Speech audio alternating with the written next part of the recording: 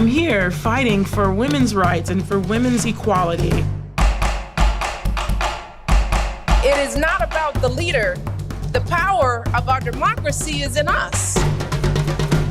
Any little girl who's practicing their speech on the telly, you never know.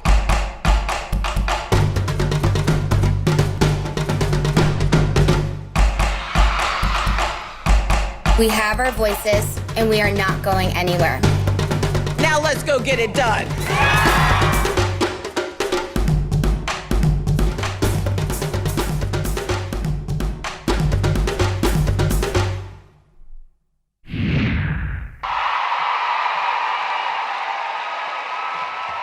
Good evening. What's all this talk about women's rights?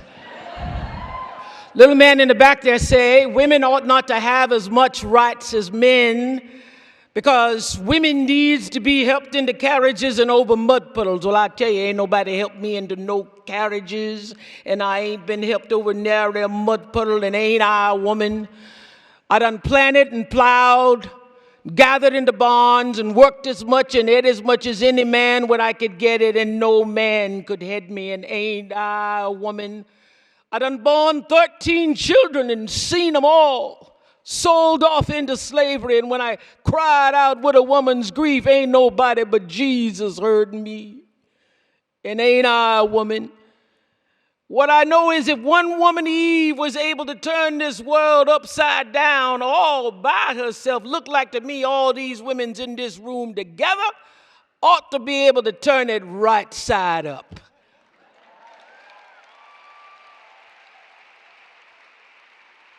Sojourner Truth delivered that speech at the 1851 Women's Rights Conference in Akron, Ohio. And little did she know that 168 years later, her words will still ring as clear as crystal, and I'd be delivering them to you, women in the world, at this magnificent gathering tonight. Ain't I a woman? But I tell you, the question that Tina Brown poses, can women save the world, got me thinking about Sojourner Truth and her message of common sense and empowerment.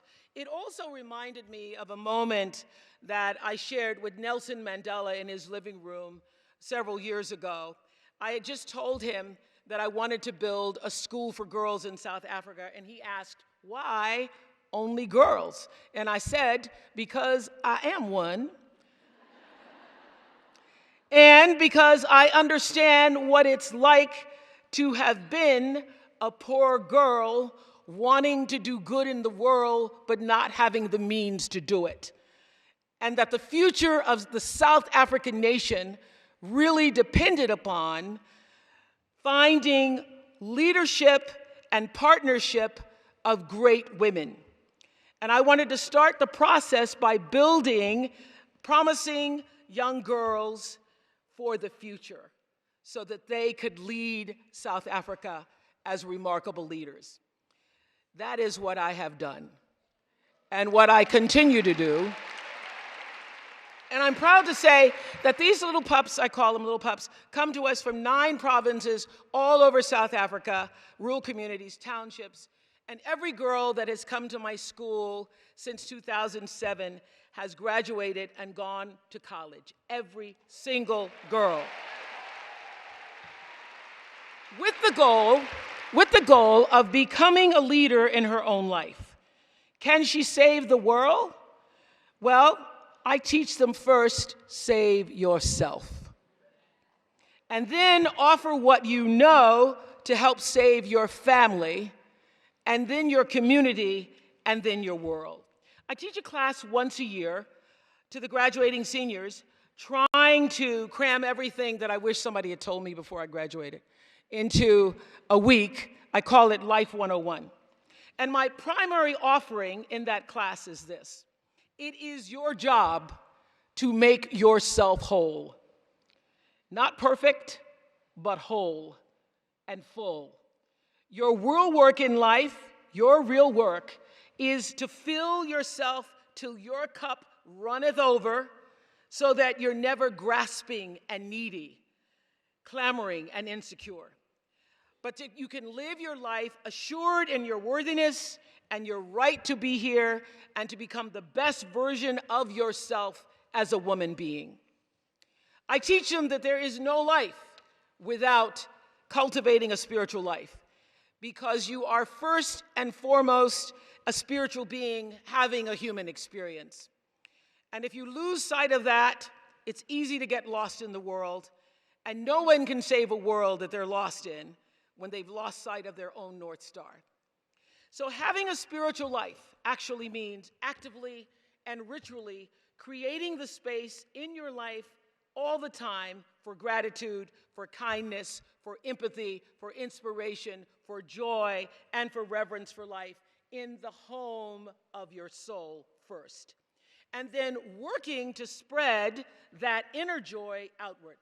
It means slowing down. It means taking in the moment. It means being exactly where you are, not distracted somewhere else. It means knowing who you are and getting about the business of fulfilling why you really came to our planet.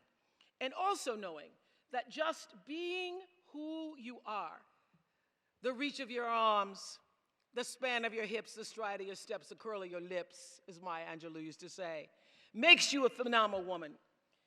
That the arch in your back, the sun in your smile, the ride of your breasts, and the grace of your style. Nobody else has that like you, because you and me, we in this room tonight are phenomenal women in the world. So Tina asked this question: can women save the world? And the answer is, we women people, we are used to saving other folk. We've been doing it a very long time. And we need to first and foremost honor the sacred time of saving ourselves, because that is where our greatest power lies. That's what Dorothy was trying to figure out, running up and down that yellow brick road all that time. And when we fulfill the task of actually making ourselves whole, we're set up to fully express what we know, to now negotiate, differentiate, to placate, to facilitate, to demonstrate, and delegate. And on a really good day, it helps us carve out 20 minutes to actually meditate. And on a really, really good day, like the one we had last January, some of those very skills helped get 42 new women sworn into Congress. And I'm here to say, if I were a gambler, I sure would bet that those 42 new congresswomen have experience with issues that few congressmen have ever had to face. Let's see, let's start with, there's the profound and abiding lack of equitable pay. Ditto, the lack of affordable childcare.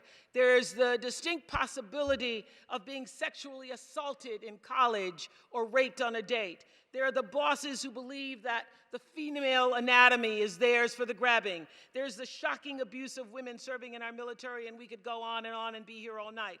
But if this sort of nonchalant brutality has wounded our spirit in any way, I'm here tonight to say that it has also galvanized our determination to live with greater depth, with greater tenacity and backbone. This diverse new generation of congresswomen has been forged by fire, and this is what I know for sure: we are all the better and the sharper for it. Stacey Abrams is quite simply a force of nature. Michelle Obama's extraordinary book, Becoming, is on track to be the best-selling memoir of all time. Marie Kondo is sparking new ways to think about home. Greta Gerwig's version of Little Women hits theaters this Christmas. And as of last week, Lori Lightfoot is the first African-American openly gay mayor of Chicago. Will you look at us, women in the world? So we protest and we persevere, and we get knocked down. But to paraphrase a memorable moment on the floor of the Senate, still we persist. We prove ourselves again and again and again, and we maintain a healthy skepticism, but we refuse to become cynical. We cultivate optimism, but we are nobody's fool. We are diplomats. We are advocates, as you've seen here tonight. We are troubleshooters and problem solvers. And despite NASA not being able to come up with one extra spacesuit in a size medium, we are also astronauts. We believe in commerce. We believe in art. We do our damnedest to believe in ourselves, and we believe in justice for all, regardless of race, religion, sexual orientation, or checking account. And as hard as it is for some folks to fathom, the vast majority of us also believe we can determine the right reproductive choices for our own bodies.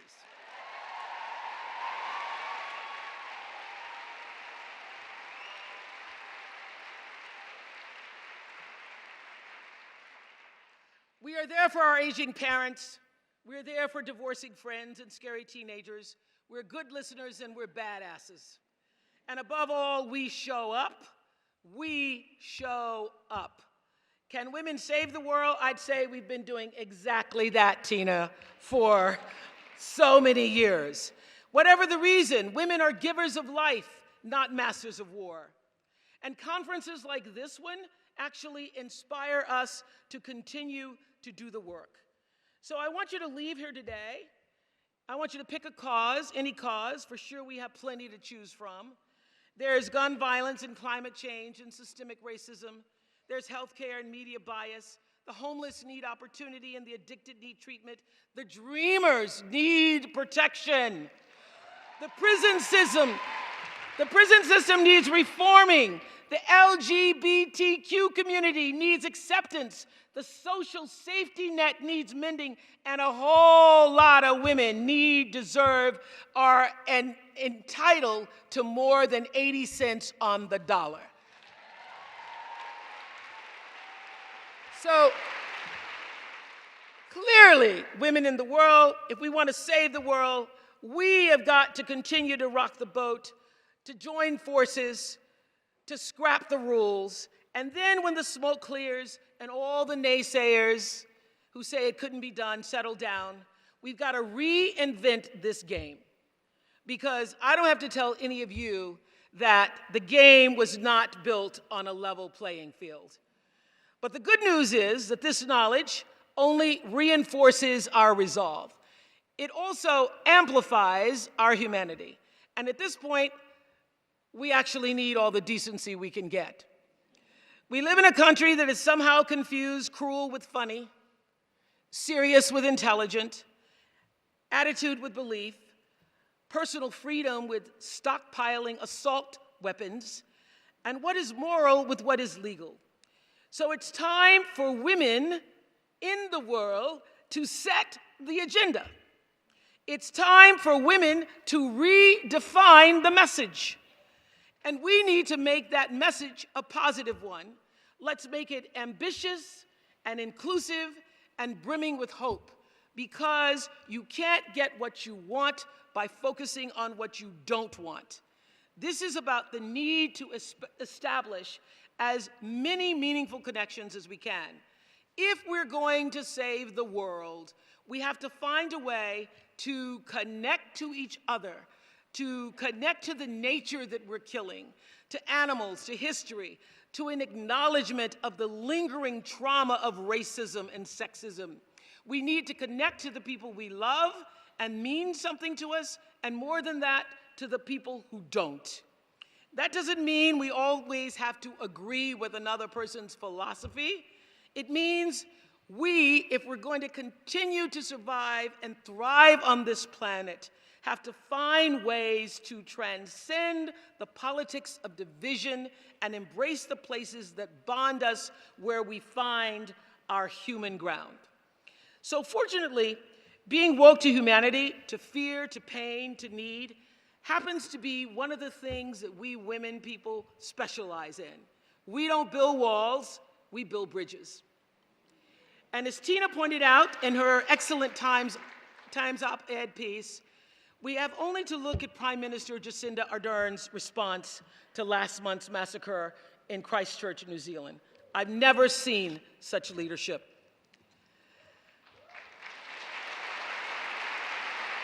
The Prime Minister is a woman who has the courage of her convictions, and she set a global standard in leadership with her response. The answer, she said, lies in our humanity. We each hold the power in our words, in our actions, in our daily acts of kindness, she said. So women across the country then showed their solidarity by wearing headscarves to emulate the hijab that Ms. Ardern chose to mourn in. And the Arab community felt their benevolence. 50 murders that could have brought even more destruction instead led to a portrait of the Prime Minister displayed across Dubai's tallest building with the word peace shining above it, in English as well as in Arabic. Jacinda Ardern projected peace and goodness, and the Arab world projected it right back for all of us to take in. And suddenly we saw that the other didn't seem that much different from us. So here, women in the world, we have to make the choice every single day to channel our own inner Jacindas, to exemplify the truth and the respect and the grace that we actually wish for the world. We need to tell it, as we're doing at this conference. We need to write it. We need to sing it. We need to proclaim it. We need to be it. We need to be the truth. We have to be the respect. We have to be the fierceness, the love that we want to see. And when we do that, mark my words, a change is already coming.